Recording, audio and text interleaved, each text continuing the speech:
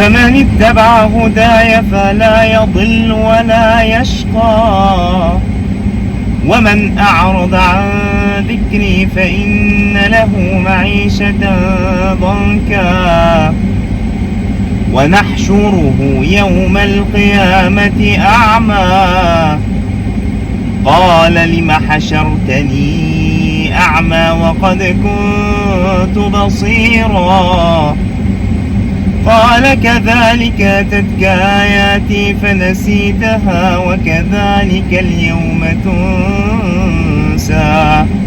الله لا يجعلنا من الشق الثاني ويجعلنا يا رب من الشق الأولاني. ربنا ادانا كتاب جميل فيه كل الخلاصة، القرآن الكريم، وقال لك اللي هيمشي عليه ولا هيضل ولا هيشقى. الشقاء ده بلاء شديد قوي، بلاء شديد قوي. ربنا يا رب ما يجعلناش شقياء ولا اشقياء في الدنيا ولا في الاخره. امشي على الكتاب ده هتلاقي دنيتك جميله ميسره. اي حاجه انت عايزها ربنا هيكرمك بيها.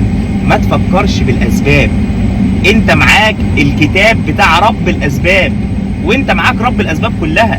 ما تشغلش بالك بحاجه، شاغل بالك بايه؟ سلمها لله.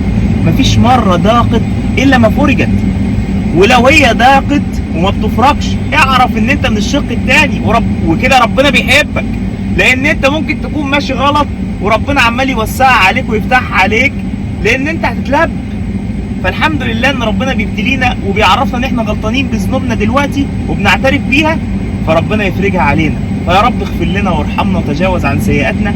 وهو ده والله اللي عايز اقوله لك، ان انت طول ما انت ماشي مع ربنا والله ما هيجرى لك حاجه، ولا هتشقى ابدا في الدنيا، وباذن الله ولا هتشقى في الاخره. احنا كده كده سايبين كل اللي احنا فيه، كده كده مش دايما. بس انت عايز تعيش الحياه الجميله دي هنا، ماشي ماشي، عشان احنا لسه عقلنا تفكيره بسيط محدود. انا منكم يعني، ما تقلقش. فاحنا اهو ربنا قال لك اتبع هدايا ولا هتضل ولا تشقى هنا وهناك.